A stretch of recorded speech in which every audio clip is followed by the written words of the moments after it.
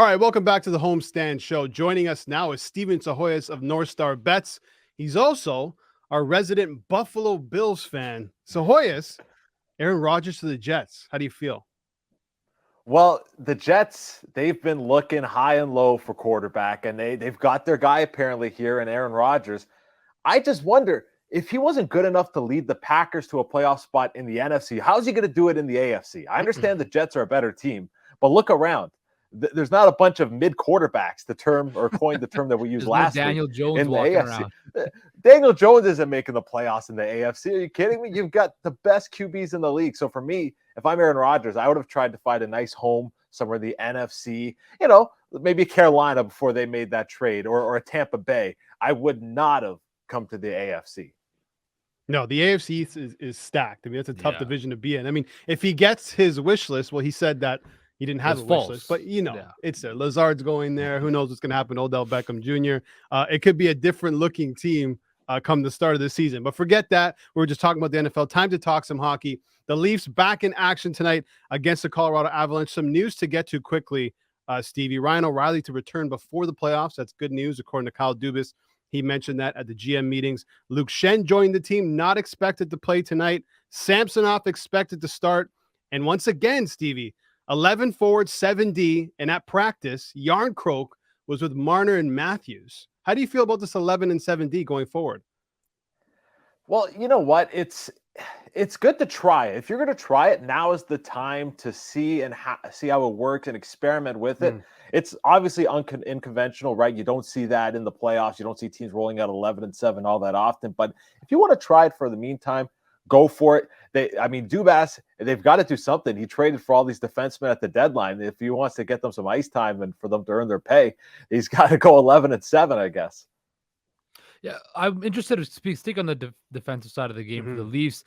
Albert had a little hot take yesterday saying that Morgan Riley should be sitting, be a healthy scratch, be up in the press box. Yeah, I suggested if you're going to go with 7D. Yeah. And okay, so basically this, Stevie, take the salaries away from this question. If you were to cut someone out of the top 6 or out of the 7 defensemen, who would it be right now? I don't think it's Riley. I see where you're getting at. He hasn't been playing well this year, but my thing is he's their number 1 guy, and he probably shouldn't be a number 1 on a Stanley Cup contender. I think it all comes back to they're asking him to do more than what he should be doing. He shouldn't be the guy on a defense core. I think Riley is a great number 2, but to me, he just doesn't have the high enough offensive skills to be the number 1, and he doesn't have the high-end defensive skills to be a number 1. I think he's a well-rounded player that shouldn't be a number 1. Yeah, but Stevie, take away the offense, right? Because on this team, he doesn't need to be this big-time offensive defenseman like we see, in Carlson, who's having an unbelievable year, because the Leafs already have that. It's just him defensively and the giveaways and the turnovers, and he's lacking confidence. And since he came back from the injury, he hasn't been the same player. So I'm just saying, if you're going to go with healthy scratches on the back end with Schenn coming back, he's probably one of the guys who's in the conversation. It won't happen because of the salary and who he is, and he's obviously Dubas's guy. But I just think that at the moment, if the salary wasn't an issue, he'd probably be one of those guys. I'll flip it around on you here. If you were to take Riley out of the lineup, what is the top pairing now on the Maple Leafs? Who would you have on that top is true. 2? That's the issue, right? You would I totally get it. And you would think, hey, listen, maybe we're going to go with more defensive pairs up top rather than an offensive pair. You would like maybe another offensive guy to slot in like Rasmus Sandin, but he's no longer there anymore. Exactly. Right. So I don't know if that move is going to come back to bite them in the ass later. I just think Morgan Riley hasn't been great. And if it was up to me, he might get chopped for a couple games. Just saying. Send a message, right? Send a message. Speaking of sending a message, Stevie, tonight they take on the defending champs, of course, the Colorado Avalanche, who have had an up and down regular season with injuries. Of course, Gabriel Landeskog has been out. What do you see with the Avs going into tonight and just kind of encompassing their whole season so far? Well, it was a rocky start. They dealt with a lot of injuries, and they had the loss of Nazem Kadri, too, going to the Calgary Flames. So they've been trying to figure out that number 2 center role. And I don't know if they still have figured it out. The results have been better as of late for Colorado. They're starting to kind of go on the upswing. And they've been a better road team than a home team this year, which is encouraging for Colorado. especially tonight against Toronto.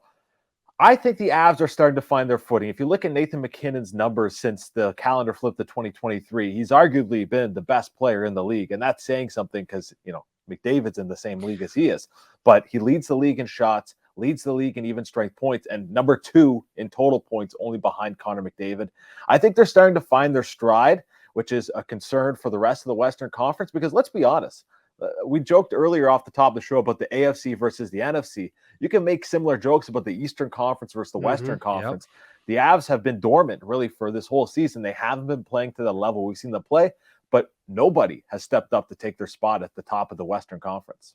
And if they somehow finish in a wild card spot, because it's not solid that they're not going to be in the wild card spot. McKinnon came out and said no one wants to see us in a wild card. No, right? Everyone said that. If Colorado, if they just make it, they can make a run in the West because of how weak it is and how good that they are.